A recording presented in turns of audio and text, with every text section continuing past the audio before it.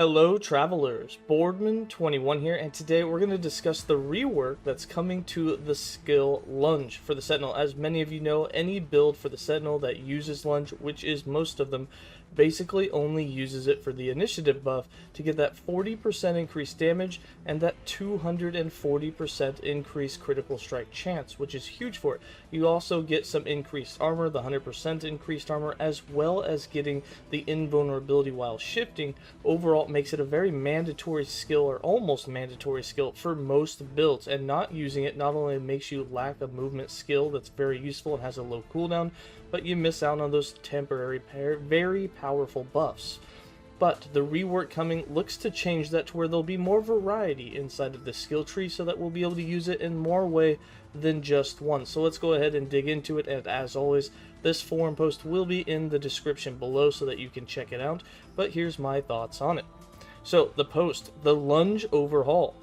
Sands of Majasa update is bringing a lot of updates to the Sentinel. For those of you wondering, it's been said that 30% of the Sentinel will be reworked or changed, including to its core movement skill Lunge. Lunge is receiving a full update with new VXF, a completely new skill tree, and also some changes to its base functionality. In its current state, Lunge is the most effective movement skill in the game for going quickly from pack to pack. This is because Sentinel is largely a melee class, and is mid to late game scenarios melee builds need tools to keep up with ranged characters. However, Lunge currently benefits throwing and spell Sentinel builds just as well, but it can become too extreme with increased cooldown recovery speed, and in the early game it can create too much of a disparity between different classes' movement in multiplayer.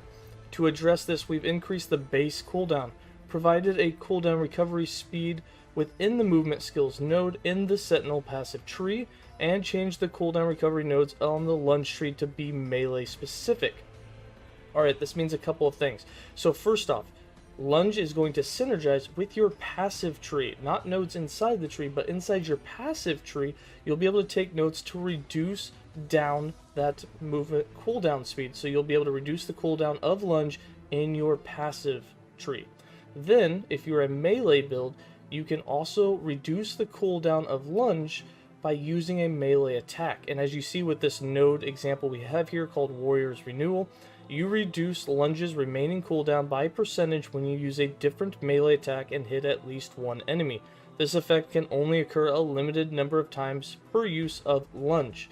And then you can, it looks like, put points in. We don't know how many points, but it looks like you'll be able to reduce the cooldown based on the attacks you do with different melee attacks, and you can get 1 per point, 2, or it'd be 1 per point, but we don't know how many points total. So maybe if you could get up to 3, if you use 3 different melee attacks right after lunging, you can reduce the cooldown to the maximum, or whatever it'll be. We'll have to see what those points are to see where it balances out at.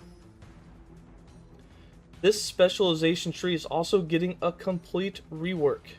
The previous tree didn't offer many viable options, but it contained powerful temporary buffs that made it feel like you had to use Lunge every few seconds for those, even if you didn't want to use it. We all know this. We've removed the temporary buffs and added a lot more nodes that change Lunge and how you want to use it in many interesting ways. In particular, there are a lot more nodes that scale with distance traveled, or how many enemies you passed through. Pretty cool. The 3 node examples that we have here: initiates Onslaught. Lunge's final hit deals more damage multiplicative with other modifiers in a larger area based on distance traveled up to a maximum. It looks like you can increase the maximum damage per point, the maximum area per point, and this is based on how much distance you traveled up to a maximum of 10 meters, which is roughly about the diameter, or might be just slightly over the diameter, from side to side of the circle around the training dummy. So basically from one side of that circle to the other, straight through the center. The second one is the Impairing Strike. Lunge's final hit now immobilizes enemies for a short duration. And then of course you get 1 second per point that's put in there. We don't know how many points that you'll be able to put into that, but hopefully that's a way to immobilize things such as bosses as well. I Lead the Charge. You grant nearby allies the haste buff for a short duration based on distance traveled up to a maximum. Maximum haste duration 3, maximum distance benefit 10. So assuming that you travel the maximum distance of 10, you could give all of your allies 3 seconds of haste. I assume that's how that works. Moving down, some nodes that were just stat changes in the past now have more interesting tangible effects, such as the node that grants a bonus while using a polearm, now making the damage of Lunge extend a way past the target with a VFX to match. And that node is called Art of the Spear. Lunge's final hit now deals damage in an extended rectangle instead of a circle when using a polearm. So you can do area in a much bigger hit, and it'll be more in a rectangle to hit more enemies in a larger area. We've also redone the base visual effect, and the Void and Fire conversion nodes on the new tree have their own visual variants, enabling Lunge to better match the rest of your build if you're leaning heavily into Void or Fire. This is huge. This means that Lunge not only will deal damage, but you can now specialize it to better match all the other builds. If you're playing a Void Knight, you can go Void. If you're doing a Fire Paladin, you can go Fire. If you're just staying physical, you just stay physical. That's really cool that we're now getting all those options to have different element synergies. And then you can see with the VFX here that you have the first one here, physical, then you have fire, and then you have void. They're very noticeably different, and I think they look really good. It also almost looks like Lunge might have been sped up a little bit. Overall, it looks visually like it's a much cleaner, sharper attack, and a bit more noticeable. It just looks like it feels better if you were to use it, but again, we'll have to wait and see when we use it.